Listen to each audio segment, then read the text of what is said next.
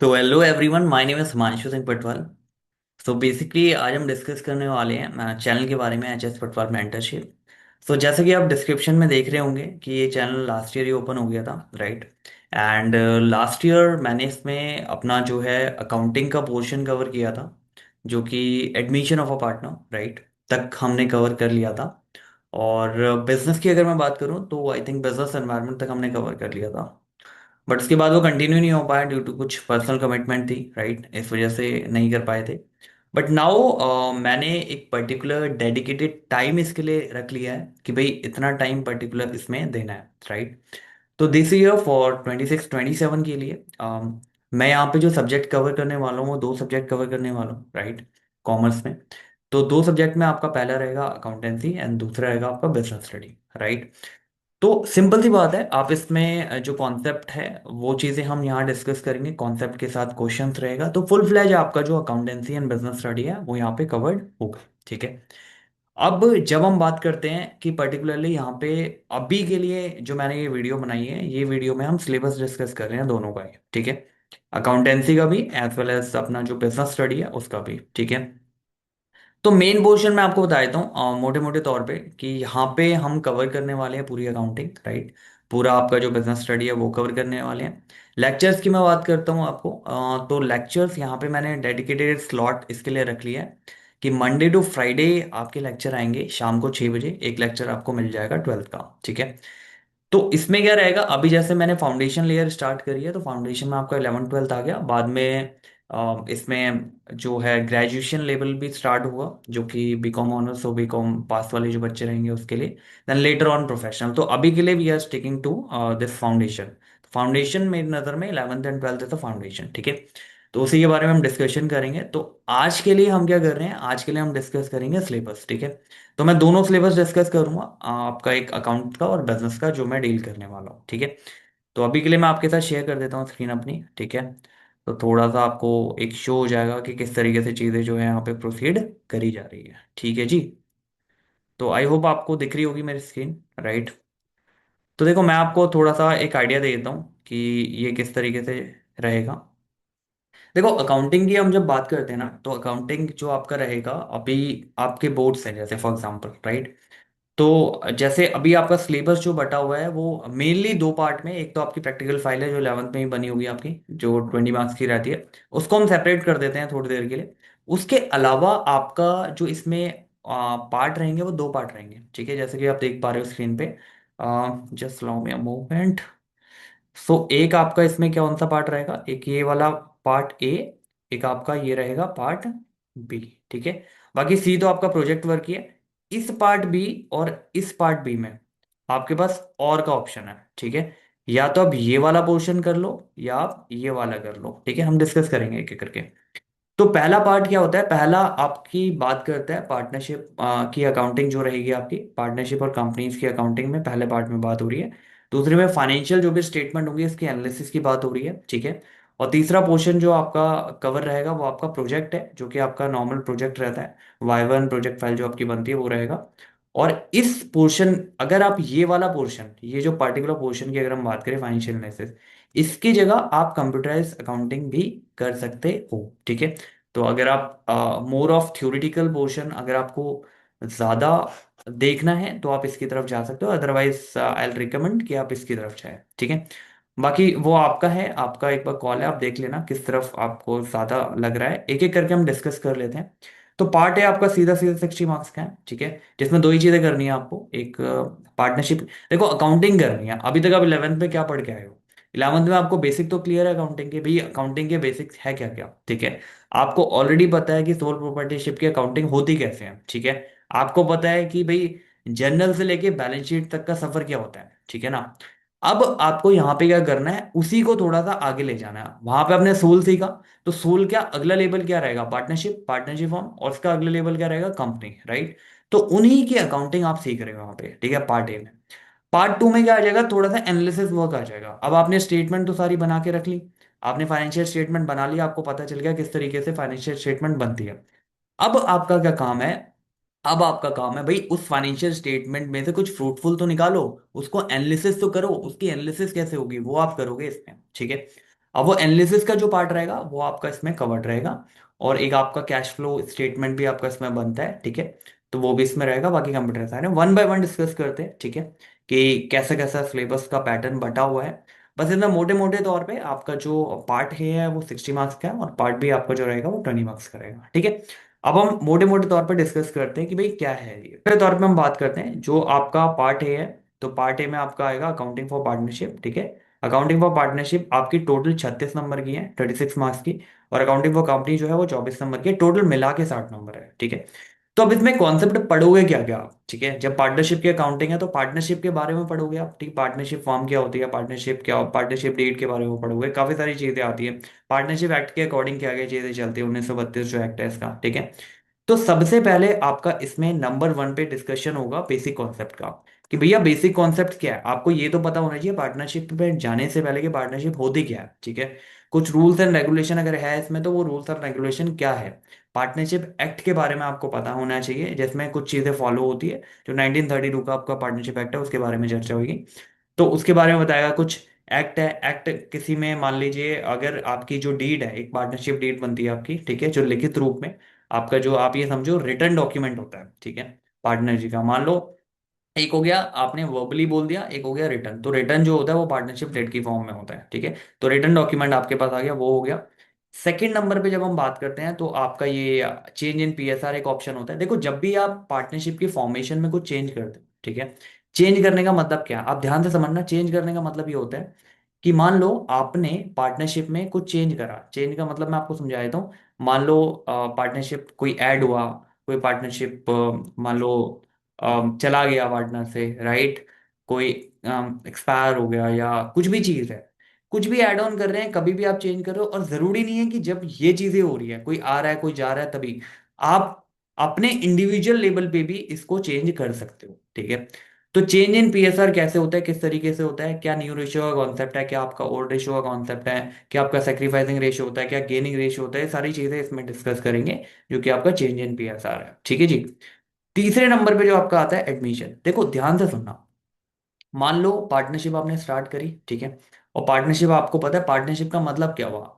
एक बंदा तो पार्टनरशिप नहीं कर सकता, दो या दो से ज्यादा बंदे होने चाहिए पार्टनरशिप करने के लिए, दो या दो से ज्यादा पर्सन होंगे तभी आप पार्टनरशिप कर सकते हो। Getting my point. तो अब मान लो आप दो पर्सन ने पहले शुरुआत में स्टार्ट करी, अब आपको लग रहा है कि नहीं यार काम थोड़ा बढ़ रहा है, और आपको लगता है कि एक पार्टनर की और जरूरत है, ठीक है। जो कि जिस पे आप भरोसा कर सको, जिसको आप अकॉर्डिंगली पार्टनरशिप का जो शेयरिंग है वो दे सको, ठीक है। तो वो देने के लिए आप जब एडमिट करा रहे हो किसी पार्टनर, या मान लो आपको फॉर्म को ग्रो करना है, आपको पैसे की जरूरत है, कैपिटल की जरूरत है, तो कोई ऐसा पार्टनर है आप ढूंढोगे जो कि वो कैपिटल आपको दे सकता है। अगर वो दे सकता है तो ऑब्वियसली वो प्रॉफिट में शेयर लेगा। तो उसके अकॉर्डिंग एडमिशन ऑफ पार्टनर का कॉन्सेप्ट जो है आपका यहाँ पे आएगा, ठीक है। तो ये हम देखेंगे यहाँ पे। अब देखो कई बार ऐसा होता है कि पार्टनर की एज हो जाती है, मान लो पार्टनर ओल्ड हो गए, ठीक है, या फिर वो वॉलंटरी रिटायरमेंट ले रहे हैं, what ever may be the case. तो रिटायरमेंट ऑफ पार्टनर का एक कॉन्सेप्ट आपका इसमें आ जाएगा, ठीक है। तो you will get an understanding कि भाई रिटायरमेंट ऑफ पार्टनर का क्या कॉन्सेप्ट यहाँ पे कहता है, ठीक है जी। तो अभी तक आपने क्या करा, बेसिक कॉन्सेप्ट देखे। बेसिक कॉन्सेप्ट देखने के बाद आपने चेंज इन पीएसआर के बारे में चर्चा करी कि भाई चेंज इन पीएसआर होता क्या है, क्योंकि चेंज इन पीएसआर सब में होने वाला है। चाहे आप एडमिशन कर लो, रिटायरमेंट कर लो, या पार्टनर जो है एक्सपायर हो रहा है, तो उस केस में भी आपका चेंज इन पीएसआर हो रहा है। तो चेंज इन पीएसआर आप पहले ही सीख रहे हो, ठीक है ना। ताकि जब भी आपका ये चीज आए, एडमिशन आए, या फिर आपका रिटायरमेंट वाला पार्ट आए, या फिर आपका पार्टनर एक्सपायर वाला या डेथ ऑफ अ पार्टनर का पार्ट आए, तो उस केस में आपको ये दोबारा दोबारा दोबारा इसमें ना जाना पड़े। तो एक अंडरस्टैंडिंग, बेसिक अंडरस्टैंडिंग आपके लेवल पे बन जानी चाहिए, ठीक है। बाकी आपका ये जो रिटायरमेंट के बाद आपका फिफ्थ नंबर पे आपका एक ये कॉन्सेप्ट आएगा, death of a partner. Then finally firm जब डिसॉल्व होती है, ठीक है। तो देखो अभी तक पार्ट ए में जब आपका अकाउंटिंग कर रहे हो पार्टनरशिप की, इसमें कर क्या रहे हो आप। 36 नंबर की ये दे रखी है, इसमें कर क्या रहे हो, इसमें पहले आप ये सीख रहे हो पार्टनरशिप का बेसिक क्या है, ठीक है। पार्टनरशिप बनती कैसे है, उसका बेसिक क्या है। उसमें अगर मान लो कोई नया एडमिशन हो रहा है तो उसका क्या तरीका है, क्या काउंटिंग होगी उसकी। उसमें अगर मान लो कोई रिटायरमेंट हो रहा है तो उसका क्या तरीका है, उसमें किस तरीके से चर्चा होगी। और अगर मान लो कोई पार्टनर एक्सपायर हो गया, कोई डेथ हो गई इसी पार्टनर की, तो उस केस में क्या चर्चा होगी, क्या डिक्रीज इस पार्टनर के राइट्स होंगे, क्या चीजें रहेंगी, वो सारी चीजें होंगी। उसके बाद अगर फर्म ही खत्म होगी तो क्या अकाउंटिंग होगी, आप समझ रहे हो।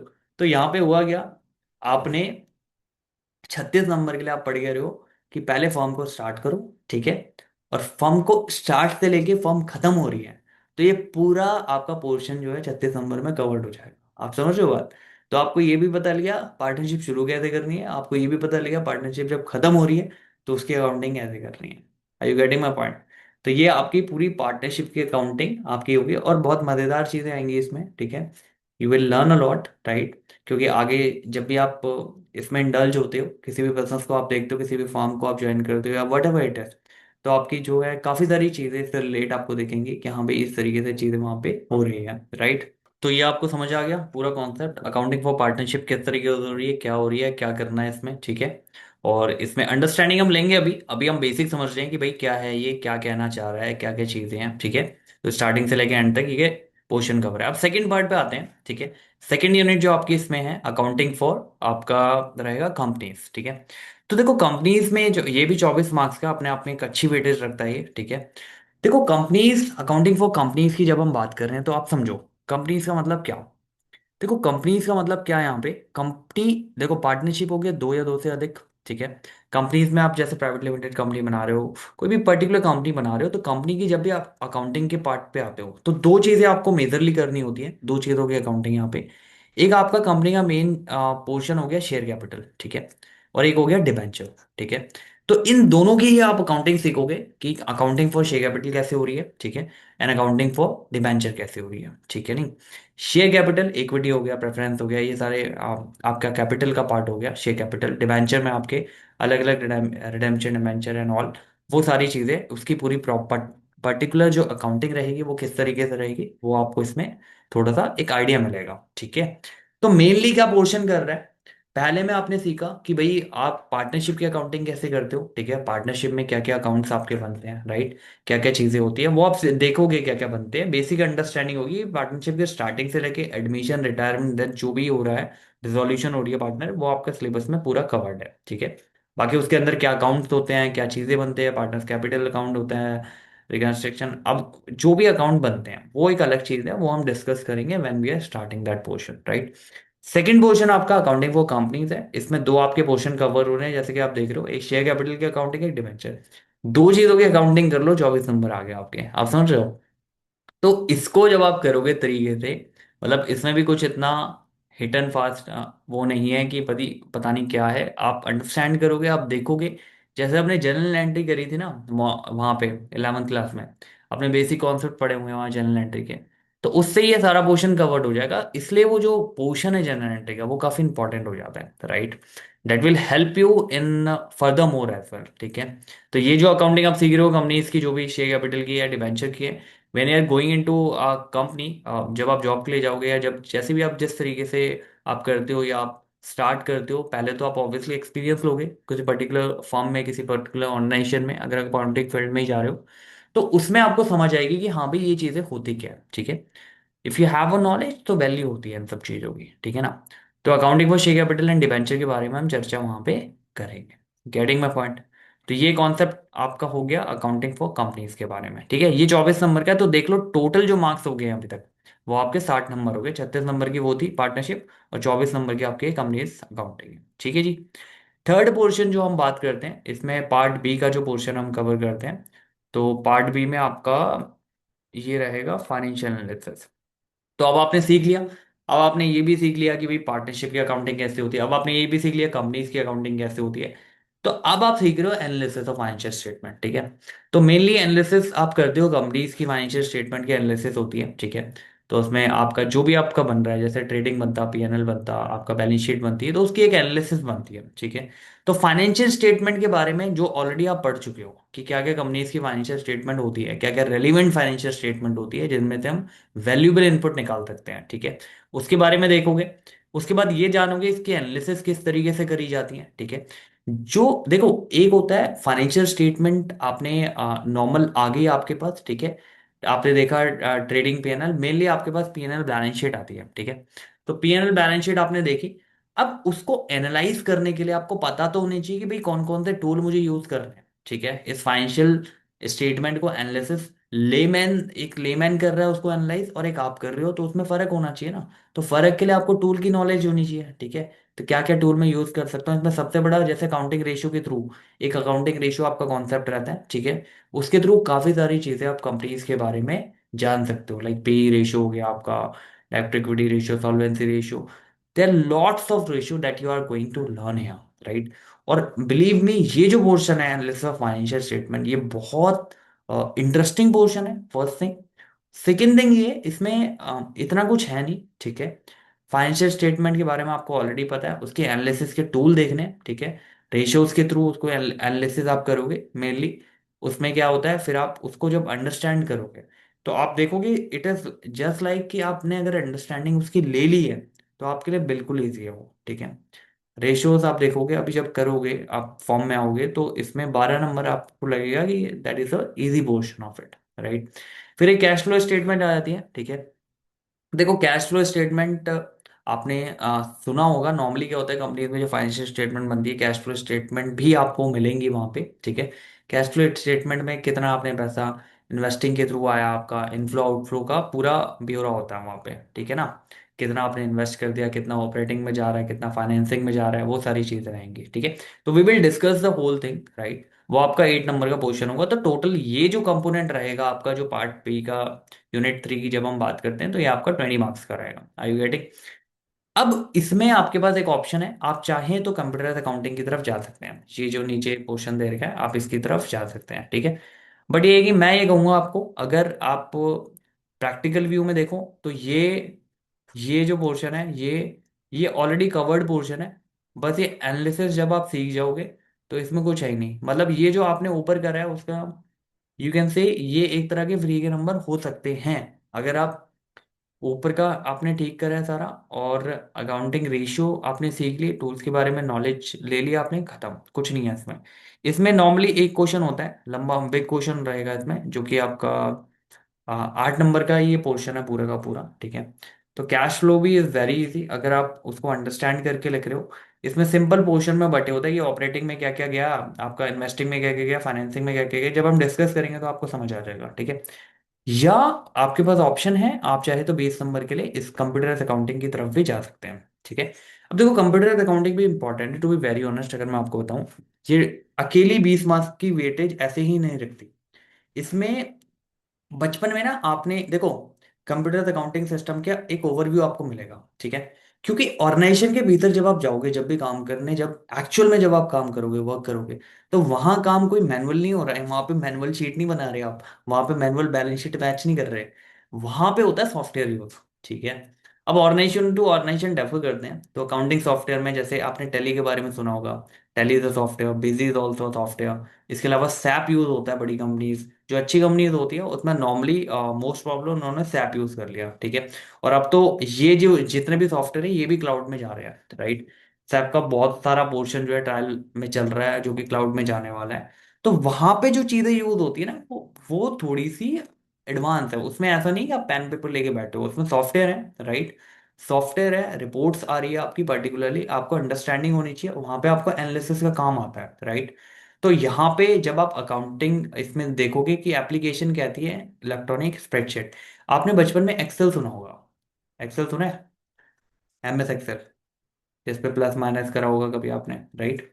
तो MS एक्सेल जो स्प्रेडशीट है ना, जितने भी आपके सॉफ्टवेयर एप्लीकेशन बनती है ना, उसका जो बैकएंड होता है वो इसी के थ्रू बनता है, राइट। एक्सेल के थ्रू ही उनका जो बैकएंड है वो सारा बनता है, ठीक है।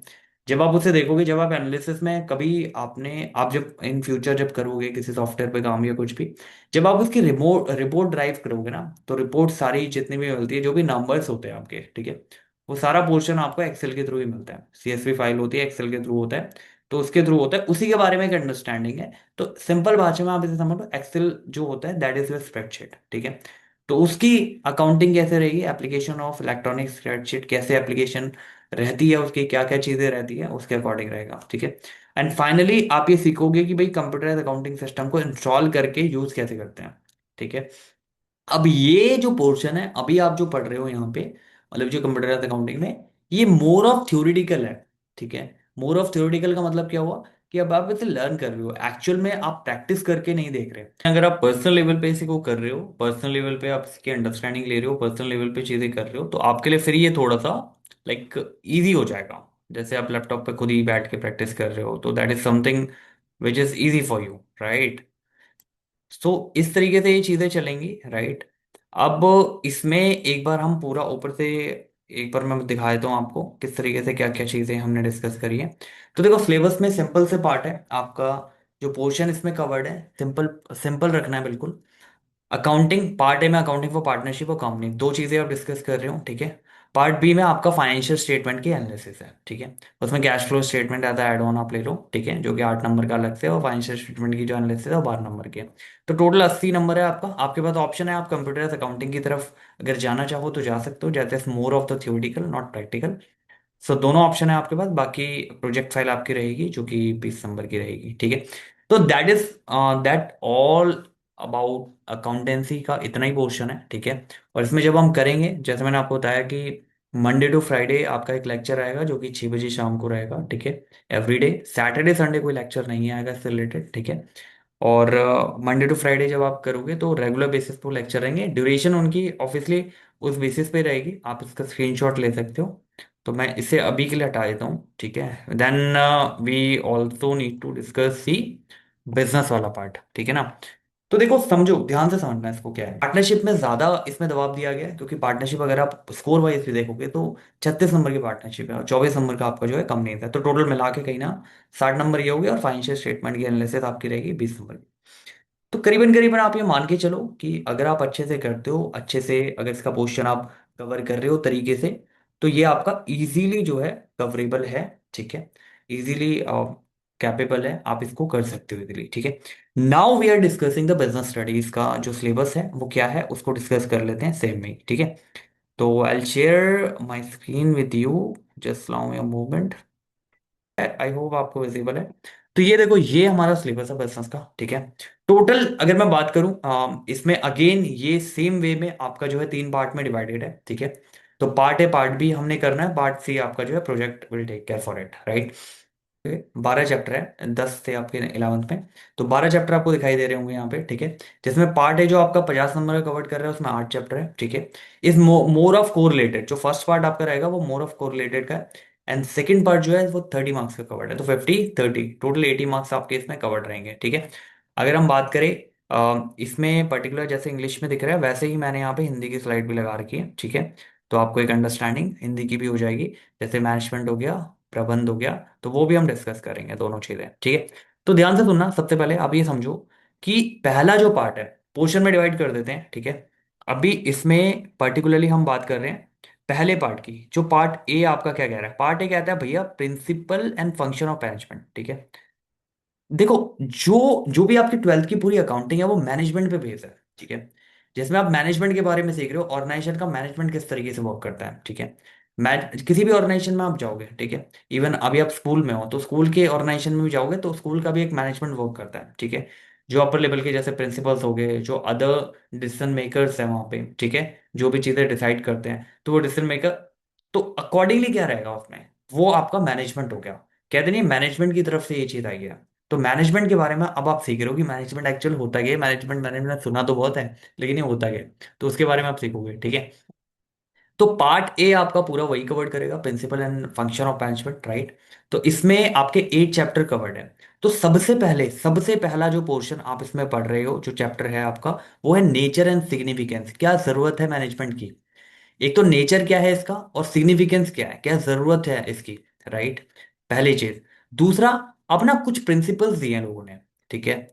मतलब काफी अच्छे अच्छे प्रिंसिपल्स है इसमें, जब हम पढ़ेंगे तो आपको पता चलेगा कि काफी अच्छे अच्छे जो ओल्ड, जैसे मान ले, इसमें मान लेते हैं आपका फेयल हो गया, हेनरी फेयल हो गया, राइट। उन्होंने काफी अच्छे इसमें आपके जो है एफ डब्ल्यू टेलर हो गया, उन्होंने काफी अच्छे मैनेजमेंट के ऊपर चीजें दी हैं जो आज भी लिटरली फॉलो होती है, ठीक है। लिटरली फॉलो का मतलब ये हो गया कि उसमें से कुछ पोर्शन मॉडिफाई करके फॉलो होता है ऑर्गेनाइजेशन में, लेकिन फॉलो जरूर होता है, उसको एज अ बेसलाइन लिया जाता है, ठीक है ना। तो प्रिंसिपल ऑफ मैनेजमेंट के आप बारे में पढ़ोगे, क्या प्रिंसिपल है, याद है अकाउंट्स में भी आपने कभी बचपन में पढ़ा था, principles, principles of accounting, right. जो उसके कॉन्सेप्ट आपने पढ़े थे, GAAP के बारे में आप पढ़ रहे थे, right, general accepted accounting principle. Likewise इसके भी कुछ प्रिंसिपल्स होते हैं मैनेजमेंट के, ठीक है।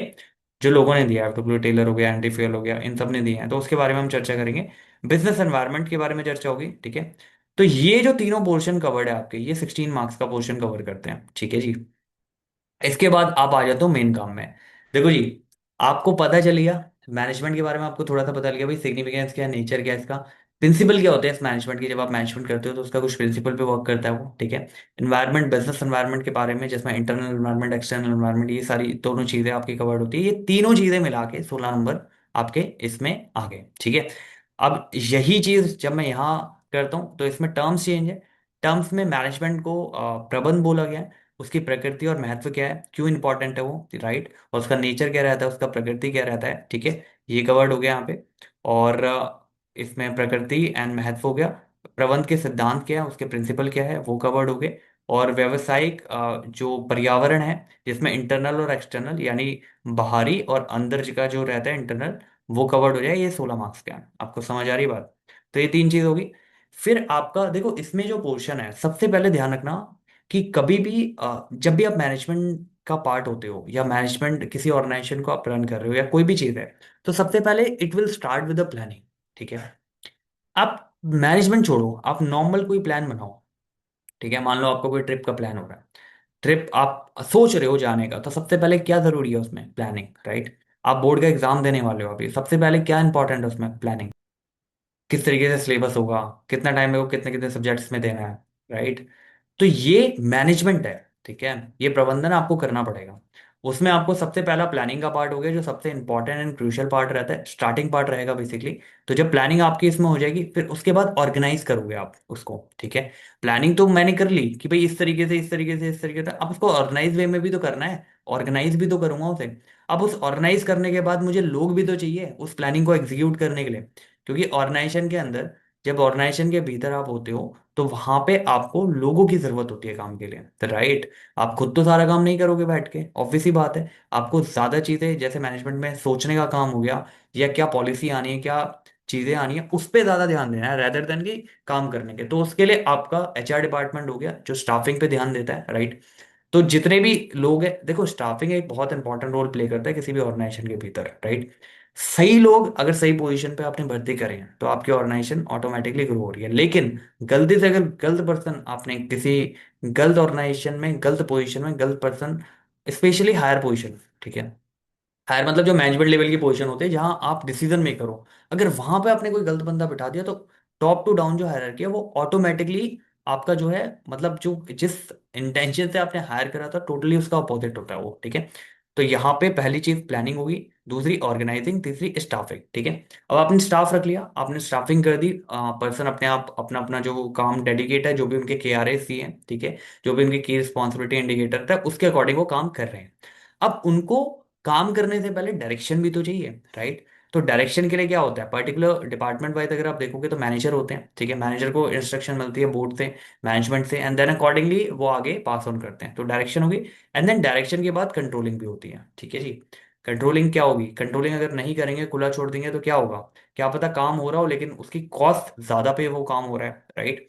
मटेरियल मान लो कोई मेरा ऑर्डर है, कोई मेरा ऑर्डर पर्टिकुलर है, वो ऑर्डर तो पूरा हो रहा है, लेकिन मान लो उसकी कॉस्ट ऑर्डर की पूरी होने की, फॉर एग्जांपल हम एक शर्ट का एग्जांपल लेते हैं। एक शर्ट बनाई, ठीक है, उसकी कॉस्टिंग जो आनी थी वो 100 रुपीज आनी थी, राइट। शर्ट तो कंप्लीट कर दी, लेकिन उसकी कॉस्टिंग आई 200 रुपीज। तो इससे क्या हुआ, मेरा वेस्टेज ज्यादा हुआ, साफ पता लग रहा है मुझे, राइट। तो इससे हम प्रिवेंट कैसे करेंगे, कंट्रोलिंग से, राइट। तो planning, organising, staffing, directing and controlling, ये उसके पार्ट हो गए। Are you getting my point. तो ये हमारा principle and function of management है, जो हम यहाँ पे देख रहे हैं। अब यहाँ पे जब आप आओगे, तो इस पोर्शन को अगर हम देखें यहाँ पे, तो सबसे पहले आप यहाँ पे क्या कर रहे हो, आपने क्या करा, नियोजन करा, संगठन बनाया, नियुक्तिकरण करा, निर्देशन करा, और नियंत्रण, ठीक है। आप नियंत्रण करोगे जब चीजें, आपको देखना होगा कि किस तरीके से चीजें वहां पे हो रही है, right, you getting my point. तो ये आपका पोर्शन उसमें जो है वो कवर होगा उस तरीके से, ठीक है। अब हम बात करते हैं पार्ट बी की, ठीक है। तो पार्ट ए कुछ नहीं है, पार्ट ए सिंपल है। पार्ट ए सिंपल कह रहा है मैनेजमेंट के बारे में चर्चा करेंगे, उसके प्रिंसिपल एंड फंक्शन के बारे में चर्चा करेंगे। तो पहले आपने नेचर के बारे में देखा, आपने प्रिंसिपल्स मैनेजमेंट के जो लिखे हुए हैं उसके बारे में पढ़ा, उस वो कैसे फॉलो होते हैं आज के रियल वर्ल्ड में। वो हम देखेंगे। बिजनेस एनवायरनमेंट की बात है, उसके बाद इसका जो पूरा प्रोसेस है, मैनेजमेंट का एक पूरा प्रोसेस है, उसके थ्रू मैनेजमेंट होता है। प्लानिंग करी, पहले ऑर्गेनाइज कर लिया, उसके बाद लोग रख लिए, स्टाफिंग कर दी, फिर उन लोगों को डायरेक्शन दी, फिर कंट्रोलिंग पे आए। राइट। तो ये पूरा हायरार्की, पूरा जो पोर्शन है उस तरीके से चलता है। Are you getting my point? अब इसमें जो पार्ट भी है आपका बिजनेस फाइनेंस एंड मार्केटिंग के ऊपर आ जाता है। ठीक है। बिजनेस फाइनेंस एंड मार्केटिंग की जब हम बात करते हैं, बिजनेस फाइनेंस एंड मार्केटिंग का मतलब क्या हुआ, यहाँ पे भी देख लो आप कि पार्ट बी आपका जो भाग दो है, दो व्यवसायिक वित्त और वितरण के हिसाब से। ठीक है। तो ये चीज रहेगी। अब इसमें ध्यान से सुनना, जब हम बिजनेस फाइनेंस एंड मार्केटिंग की बात करते हैं तो business finance marketing is all about financial management. ठीक है। जो भी फाइनेंस है उसका मैनेजमेंट किस तरीके से करना है। ठीक है। जो भी आपका फाइनेंस है यहाँ पे, उसका मैनेजमेंट किस तरीके से करना है, उस फाइनेंशियल मैनेजमेंट, इसको एफएम भी बोलते हो आप, लेकिन ये वो वाला रेडियो एफएम वाला एफएम नहीं है, ये फाइनेंशियल मैनेजमेंट है। ठीक है। जो भी फाइनेंस है उनको मैनेज करना इज द टास्क भी कह सकते हो। अगर आपका फाइनेंशियल मैनेजर अच्छा है तो उसके अकॉर्डिंग आप किस तरीके से करते हो वो भी देखना रहता है। ठीक है ना। मैनेजमेंट जब मैं बात करता हूँ तो इसकी अंडरस्टैंडिंग होनी बहुत जरूरी है। ठीक है। कैसे आप फाइनेंस को मैनेज कर रहे हो, पैसा आ तो गया, अब उसको मैनेज कैसे करना है, किस तरीके से डाइवर्ट करना है, किस तरीके से पोर्टफोलियो डाइवर्सिफाई करना है, किस तरीके से उसको आना है अकॉर्डिंगली। फिर फाइनेंशियल मार्केट के बारे में चर्चा होगी। ठीक है। जो आपके फाइनेंशियल मार्केट्स हैं उसके बारे में चर्चा हो जाएगी। फिर मार्केटिंग मैनेजमेंट के बारे में। देखो हर चीज शुरू हो रही है एक वर्ड से, खत्म हो रही है मैनेजमेंट पे, आप देख रहे हो। तो पूरी ट्वेल्थ आपकी मैनेजमेंट के बेसिस पे है। बोर्ड के लिए भी मैनेजमेंट करना है आपको, कि बोर्ड की एग्जाम जब आप दोगे तो किस तरीके से मैनेज करना है टाइमिंग का। Are you getting my word? तो पूरा जो पोर्शन है वो मैनेजमेंट पे ही टिका हुआ है। जो आपकी मैनेजमेंट है, जिसे आप मैनेजमेंट बोलते हो, उसी पे ही टिका हुआ है। ठीक है। और एंड में आपका इसमें एक आता है कंज्यूमर प्रोटेक्शन। तो कंज्यूमर की प्रोटेक्शन भी तो करनी है। अगर आप बिजनेस कर रहे हो और कोई भी सामान मान लो ऐसा देते हो कंज्यूमर को जो not up to the mark है, तो कौन रिस्पॉन्सिबल है? आप रिस्पॉन्सिबल है एज अ बिजनेस। राइट। तो financial management and financial marketing की जब हम बात करें, 15 मार्क्स आपका कवर करेगा। Marketing management and consumer protection की बात करें, ये भी 15 मार्क्स आपके कवर करेगा। तो इन टोटल ये आपका 18 मार्क्स। ठीक है। ऐसे ही अगर हम इसकी बात करें, यहाँ पे आ जाए, तो यहाँ पे आपको बताया मैंने व्यावसायिक वित्त एंड वितरण की बात जब हम कर रहे हैं, तो फाइनेंशियल मैनेजमेंट कुछ नहीं है, वित्त प्रवर्तन प्रबंध। ठीक है। वित्त का प्रबंध किस तरीके से होगा, समझ रहे हो आप? वित्त का प्रबंध किस तरीके से होगा, वित्त का बाजार क्या है, ठीक है, फाइनेंस मार्केट क्या है, और उसके बाद आपका जो विज्ञापन प्रबंध है वो कैसे होगा, और उपभोक्ता संरक्षण। तो ये चार चीजें आपकी इसमें कवर्ड रहेगी। ठीक है। तो फाइनेंस का मैनेजमेंट किस तरीके से करोगे आप, फाइनेंस मार्केट के बारे में आपको पता होना चाहिए। मार्केटिंग मैनेजमेंट के बारे में हम पढ़ेंगे, तीनों मैनेजमेंट है, फाइनेंस फाइनेंस, समझ रहे हो, finance management, finance marketing and marketing management. और कंज्यूमर प्रोडक्शन आपकी होगी उपभोक्ता संरक्षण। और बाकी 20 नंबर का आपका जो है इसमें प्रोजेक्ट है। तो यहाँ पे आपका 50 मार्क्स ये कैरी कर रहा है और 30 है, तो टोटल 80 मार्क्स का आपका इसमें कवरेज आ जाएगा। ठीक है जी। तो यहाँ पे हमने अभी तक देखा बिजनेस में, जब हम बात करते हैं तो बिजनेस स्टडी आपकी दो पार्ट में डिवाइडेड है। ठीक है जी। पहला पार्ट आपका जो है प्रबंधन से रिलेटेड है, जो कि मैनेजमेंट से रिलेटेड है। दूसरा पार्ट आपका बिजनेस फाइनेंस एंड मार्केटिंग से रिलेटेड है। ठीक है। जो भी मार्केटिंग रहेगी उससे रिलेटेड है। पहला पोर्शन आपका जो कवरेज करता है, जिसमें आप प्लानिंग करते हो, ऑर्गेनाइजिंग करते हो, स्टाफिंग करते हो, डायरेक्टिंग करते हो, कंट्रोलिंग करते हो, वो सारी चीजें इसमें कवर्ड हो जाएगी। और दूसरे पार्ट में आपका फाइनेंस मैनेजमेंट हो गया। ठीक है। उसका फाइनेंस की मार्केट हो गया, आपका मार्केटिंग मैनेजमेंट हो गया, कंज्यूमर बिहेवियर हो गया, ये सारी चीजें ये हम पढ़ेंगे डिटेल में। राइट। तो अभी एक ओवरव्यू आपको मिल गया होगा कि भाई इस तरीके से जो है इसका सिलेबस जो है डिफाइन किया गया है। ठीक है ना।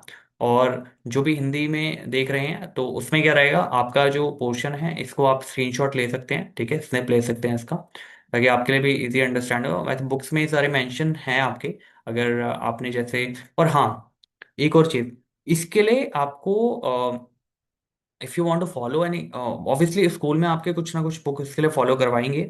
बट ये है कि आप इसमें एनसीईआरटी भी फॉलो कर सकते हो। ठीक है। एनसीईआरटी जो रहेगी आपकी वो आप फॉलो कर सकते हो, that is more than enough sufficient. हाँ, प्रैक्टिस अगर चाहिए, प्रैक्टिस के लिए जैसे केस स्टडी वगैरह वो हम करेंगे यहाँ पे, will discuss that on part. Right. तो अकॉर्डिंगली रहेगा। तो प्रिंसिपल एंड मैनेजमेंट आपका, और बिजनेस फाइनेंस एंड मार्केटिंग के ऊपर ये आपका सिलेबस है पर्टिकुलरली। ठीक है। तो हम थोड़ा सा इसमें आपको मैं सिनॉप्सिस दे देता हूँ। ठीक है। सिनॉप्सिस में देखो बेसिक अंडरस्टैंडिंग आप ये रख लो कि जब हम ट्वेल्थ की यहाँ पे बात कर रहे हैं, तो ट्वेल्थ में मैंने बताया आपको दो सब्जेक्ट हम कवरेज ले रहे हैं। दो सब्जेक्ट में आपका एक फाइनेंशियल आपका अकाउंटिंग पार्ट हो गया। ठीक है। और आपका एक बिजनेस हो गया। ठीक है। अब इसमें मैंने डेडिकेटली टाइम निकाल लिया है। टाइम का मतलब है आपकी हर मतलब मंडे टू फ्राइडे के बीच हर दिन आपकी एक वीडियो आ जाएगी 6 बजे शाम को। अकॉर्डिंगली आप देख सकते हो। एंड इसमें क्या है कि जैसे आपके आपके पास ये वीडियो पहुंच गई है, तो आपके फ्रेंड है स्कूल में, जैसे आप जाते हो या कुछ है, तो उनके साथ भी आप ये शेयर कर सकते हो, ठीक है। तो नॉलेज जितनी आप शेयर करोगे उतनी बढ़ेगी, ऑब्वियस सी बात है, ठीक है।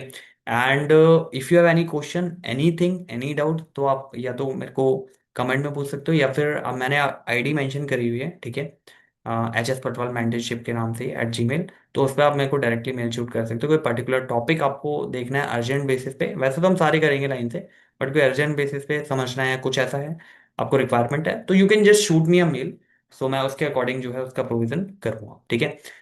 तो अभी के लिए इतना ही, फिर मिलते हैं हम अगली वीडियो में, जब हम स्टार्ट करेंगे इस पूरी जर्नी को, इसको पूरा जो रहेगा, और यहीं पे पूरा पोर्शन कवर्ड होगा आपका, ठीक है। So till then, just be cool and be calm. पढ़ाई तो हो जाएगी, जस्ट कूल रहना है आपको और काम रहना है, हैप्पी रहो, सबसे अच्छी बात है, राइट। और डेली बेसिस पे जैसे आप 1 घंटा भी पढ़ रहे हो ना, नॉर्मली 1 आवर आप पढ़ रहे हो, और कभी 2 3, मतलब डिपेंडिंग अपॉन द टाइम जो भी आप दे पा रहे हो, बट वो कंसिस्टेंट रखो।